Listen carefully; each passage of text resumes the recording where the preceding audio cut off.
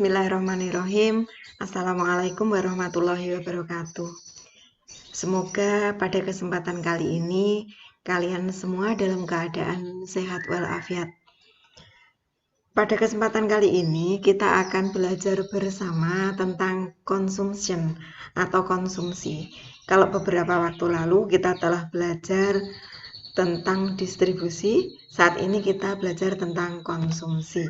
Nah, ada beberapa item yang harus kita pelajari mulai dari pengertian, kemudian faktor yang mempengaruhi konsumsi, dan teori perilaku konsumen.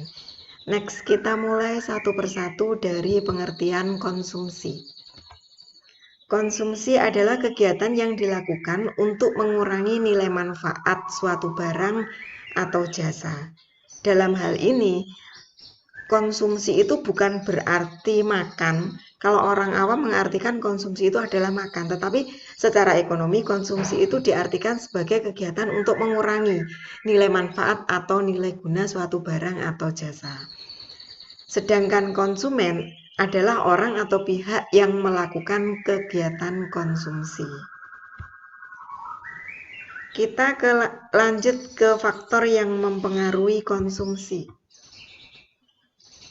Terbagi atas dua faktor, faktor internal dan faktor eksternal. Faktor internalnya ada 4. Yang pertama adalah pendapatan. Ini jelas sangat berpengaruh. Manakala seseorang mempunyai pendapatan yang tinggi, maka pengeluaran yang digunakan untuk konsumsi barang itu pasti tinggi, karena didukung oleh pendapatan yang lumayan besar.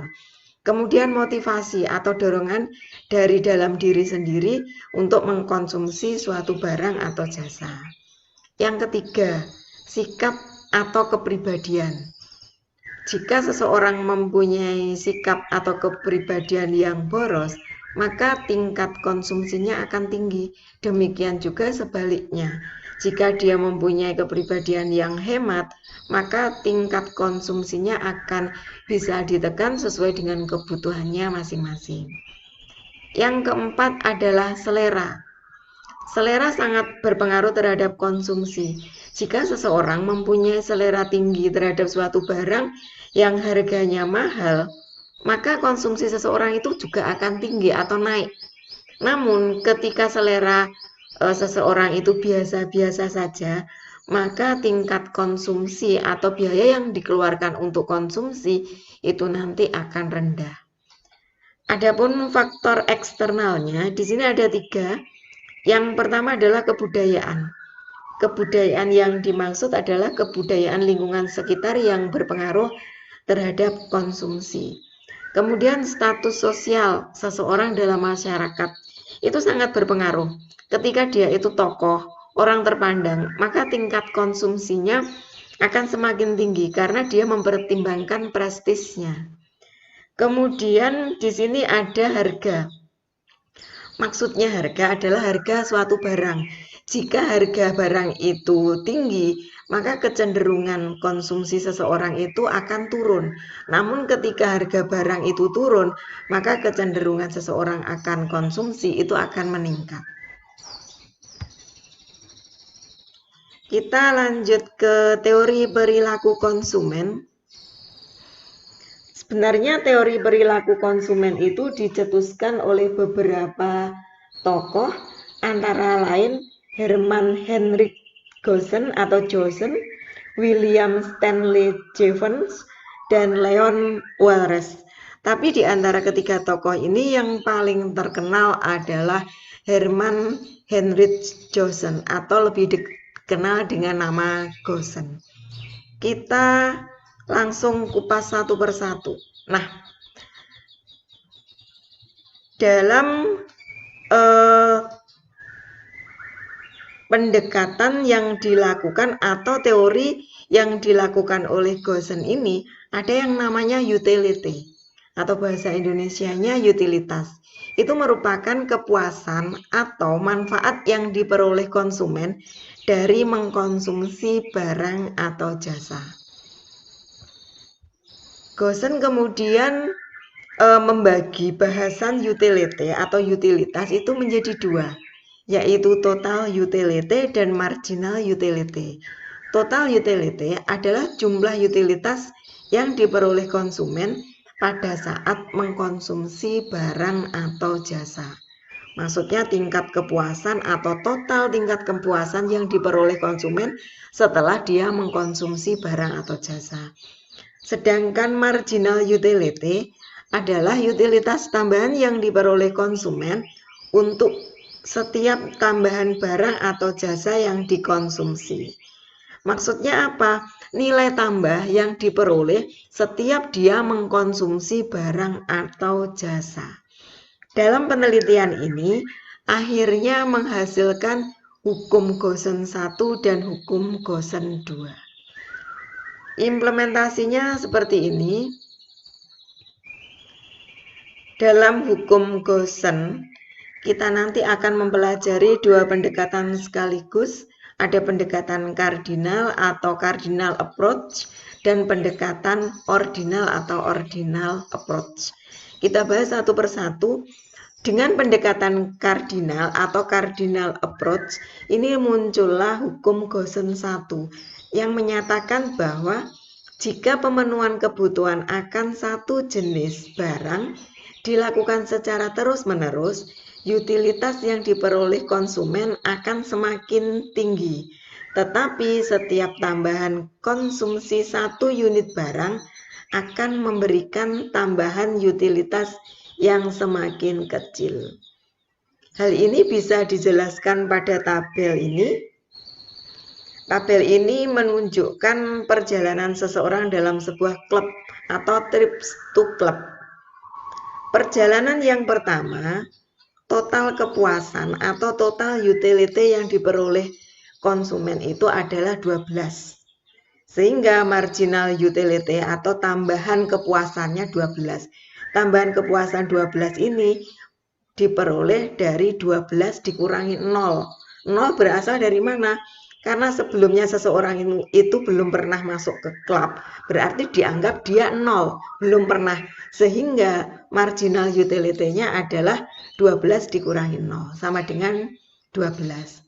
Kemudian trips yang kedua, total utility-nya dia memperoleh 22. Sedangkan marginal utility-nya 10, diperoleh dari 22 dikurangi 12. Trip yang ketiga 28, marginal utility-nya 6, 28 dikurangi 22.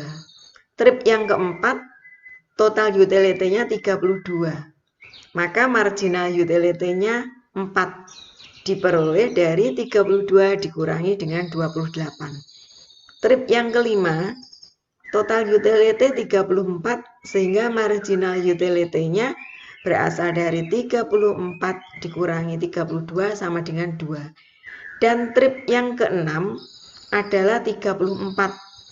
Maka marginal utility-nya 34 dikurangi dengan 34.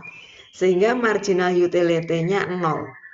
Maka hal ini dapat digambarkan melalui grafik. Garis vertikal menunjukkan total utility, sedangkan garis yang horizontal menunjukkan trip to club.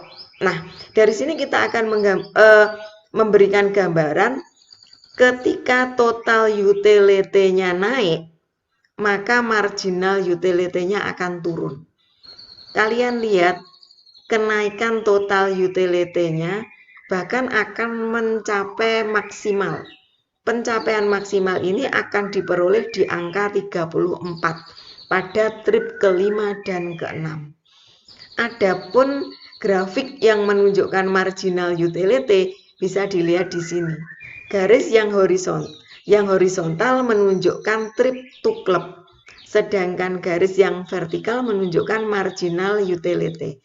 Sehingga pada saat total utility-nya ini semakin lama semakin naik, maka marginal utility-nya semakin lama semakin menurun, sehingga dikenal dengan diminishing marginal utility. Selanjutnya implementasi hukum Goosen 2 atau lebih dikenal dengan menggunakan pendekatan ordinal atau ordinal approach. Di sini kita mengenal tiga hal. Apakah itu? Ada budget line, ada indifferent curve, dan ada equilibrium curve. Yang pertama dulu, garis anggaran atau budget line itu merupakan garis yang menunjukkan kombinasi konsumsi dua macam barang yang berbeda oleh konsumen dengan pendapatan yang sama. Jadi ketika konsumen nanti mempunyai penghasilan atau pendapatan yang sama, dia mengkonsumsi dua macam barang yang berbeda. Kemudian itu bisa digambarkan dengan menggunakan garis anggaran. Apabila konsumsi X dan konsumsi Y tepat pada garis anggaran, berarti seluruh penghasilan konsumen habis dibelanjakan. Jadi semua pendapatannya itu habis dipakai untuk konsumsi. Nah, di sini nanti kita juga harus memikirkan konsumen yang baik itu harusnya menyesuaikan seberapa pendapatannya, berapa yang harus dikonsumsi, berapa harus ditabung. Kemudian berikutnya di sini ada kurva indifferent. Kurva indifferent itu merupakan kurva yang menggambarkan kombinasi konsumsi dua macam barang yang memberikan utilitas yang sama atau memberikan kepuasan yang sama. Ciri-ciri dari indifferent curve atau kurva indifferent adalah berslope negatif. Berslope negatif itu seperti ini, melereng dari kiri atas ke kanan bawah. Kemudian cembung ke arah origin. Semakin jauh dari origin menunjukkan tingkat kepuasan semakin besar. Dua kurva indifferent tidak mungkin saling berpotongan. Jumlahnya tidak berhingga pada sebuah indifference map. Selanjutnya di sini ada keseimbangan konsumen atau lebih dikenal dengan equilibrium konsumen. Merupakan kurva yang menggambarkan perpaduan atau pertemuan antara garis anggaran atau budget line dengan kontur-kontur kurva indifferent atau indifferent curve. Nah, titik pertemuan antara budget line dan indifferent curve itu namanya equilibrium konsumen. Nah, equilibrium konsumen ini terjadi pada titik E. Titik E itu adalah equilibrium, pertemuan atau perpotongan antara budget line dan indifferent curve. Selanjutnya yang terakhir adalah kesimpulannya, perilaku konsumen adalah proses dan aktivitas ketika seseorang melakukan pencarian, pemilihan, pembelian, penggunaan, serta pengevaluasian produk dan jasa demi memenuhi kebutuhan dan keinginan. Perilaku konsumen merupakan hal-hal yang mendasari konsumen untuk membuat keputusan dalam pembelian barang atau jasa. Jadi intinya pendapatan seseorang itu nanti jangan sampai habis untuk dikonsumsi, namun sebagian harus ditabung untuk kepentingan hari tua. Demikian tadi pembelajaran tentang konsumsi. Semoga kalian lebih memahami apa itu konsumsi, dan semoga kegiatan kita kali ini dicatat Allah sebagai ilmu yang bermanfaat. Mohon maaf atas segala kesalahan dan kekurangan saya. Saya akhiri, wabillahi taufik walhidayah. Wassalamualaikum warahmatullahi wabarakatuh.